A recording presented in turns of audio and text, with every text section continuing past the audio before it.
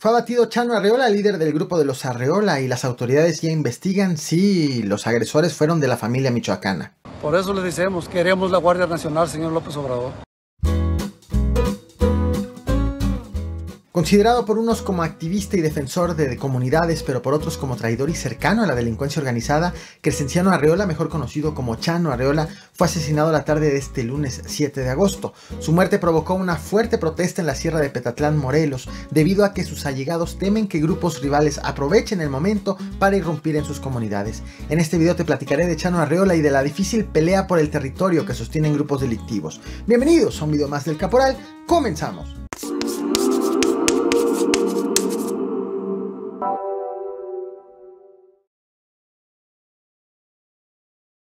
El asesinato de Crescenciano Chano Arreola a la tarde de este 7 de agosto en la Sierra de Petatlán, en el estado de Guerrero, provocó una manifestación de alrededor de 500 personas que bloquearon la carretera federal Acapulco-Zihuatanejo. Por eso le decimos, queremos la Guardia Nacional, señor López Obrador. Y es lo que estamos pidiendo. Queremos los operativos en concreto, queremos la Guardia Nacional. Nos vamos a organizar los pueblos, como pueblos, con su ayuda, que nos registre como usted quiera, o sin su ayuda, pero nos vamos a armar, nos vamos a defender.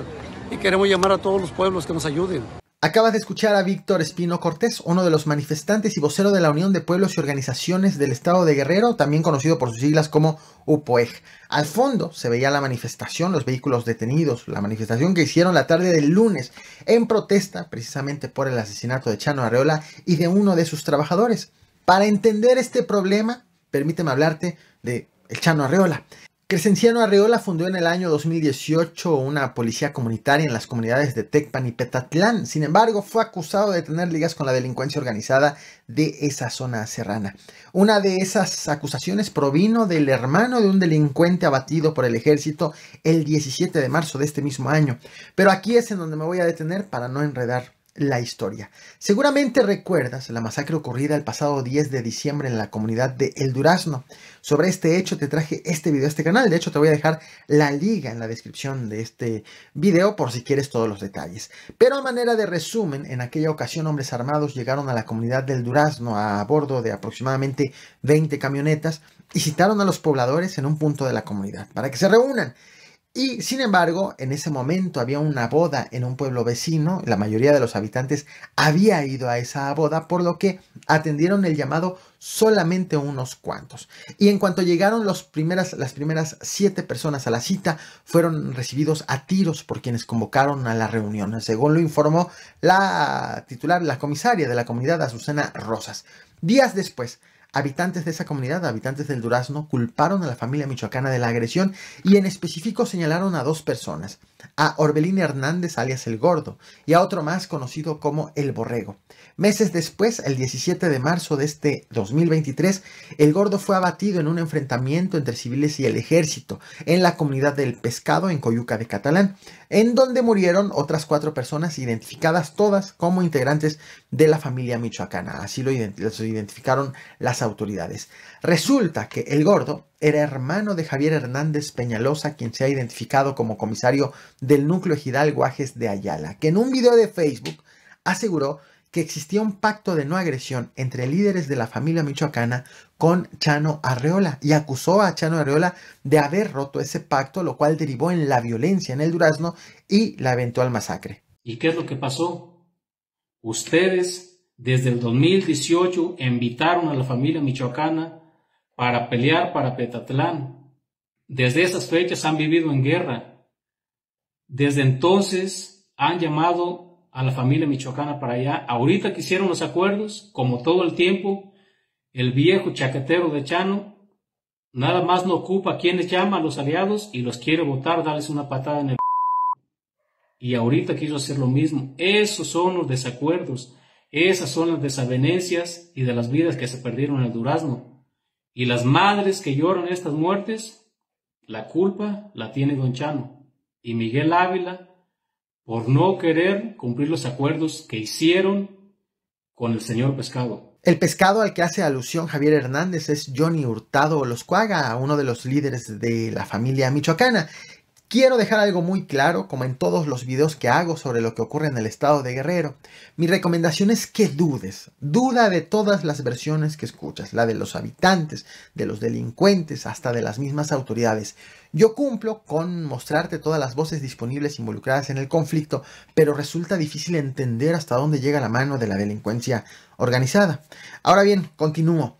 Este que te acabo de compartir entonces es el perfil de Chano Arreola, apreciado por unos en su comunidad, pero acusado por otros de hacer acuerdos con la familia michoacana e incumplirlos.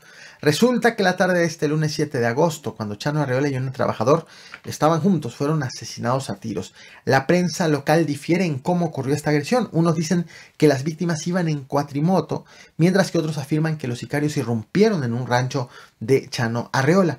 Lo cierto es que cientos de personas bloquearon la carretera Acapulco-Zihuatanejo luego de enterarse de esta agresión y lo bloquearon para exigir operativos del gobierno estatal y del gobierno federal. Queremos que el gobierno federal, López Obrador, estamos con usted, señor. Creemos en los abrazos, pero también necesitamos que pase a lo que sigue ya. Usted es el papá de México, de esta gran nación. Necesitamos que así como nos quiere y que nos da abrazos, que también nos corrija. Ya no podemos aguantar más así. Nos vamos a armar con su ayuda o sin su ayuda. Le pedimos que el ejército, por favor, ponga los mandos, pero queremos la Guardia Rural. Como pudiste notar, los manifestantes exigieron operativos del Ejército y de la Guardia Nacional y amagaron con armarse para hacer ellos mismos los operativos. Según informaron, las personas que hicieron el bloqueo ayer pertenecen a comunidades como Arroyo Verde, Arroyo Seco, Coyuquila Norte, Coyuquila Sur, El Parotal, Los Laureles, Papanoa y Santa Rosa. Y fueron algunos de ellos quienes acusaron a la familia michoacana del asesinato de Chano Arreola. Además, dijeron que alrededor de 100 hombres armados de ese mismo grupo delictivo fueron a otras comunidades, a El Camarón y al Parotal, a atacar a la comunidad.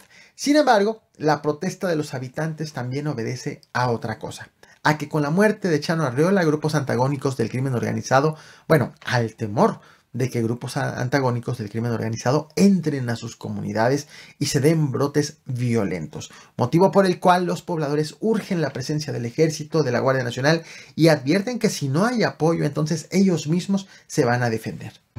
Y convocamos a todos los pueblos, abran los ojos, despierten, llegó el tiempo, ya no podemos aguantar más, las grandes ciudades ya están colapsadas, ahí está Acapulco. La casa de la gobernadora, se le metieron a la casa. Entonces, ¿qué podemos esperar nosotros? ¿Que nos ayuden? Ya perdimos la ilusión.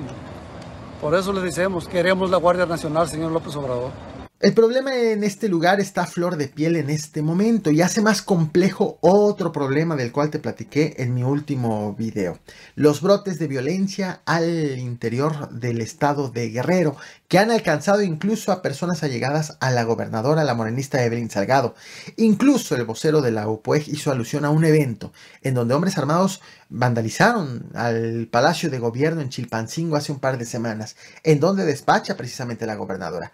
Y en medio de toda esta ola violenta en todo el estado, apenas ayer la gobernadora, apenas este mismo 7 de agosto, recibió un mensaje de apoyo de su padre, el senador morenista Félix Salgado Macedonio, quien aseguró en una transmisión, en una entrevista que le hicieron y que compartió en Facebook, que todo lo que está ocurriendo en Guerrero son problemas alentados por opositores políticos. Esto ocurrió en un evento peculiar. Se trató de un evento cívico en donde Evelyn Salgado fue arropada por con gritos de "no estás sola", precisamente en medio de la ola de violencia que se vive en la entidad, de allegados asesinados y de críticas a los resultados en materia de seguridad. Te lo muestro, no olvides reventar el botón de like, compartir y suscribirte. Gracias.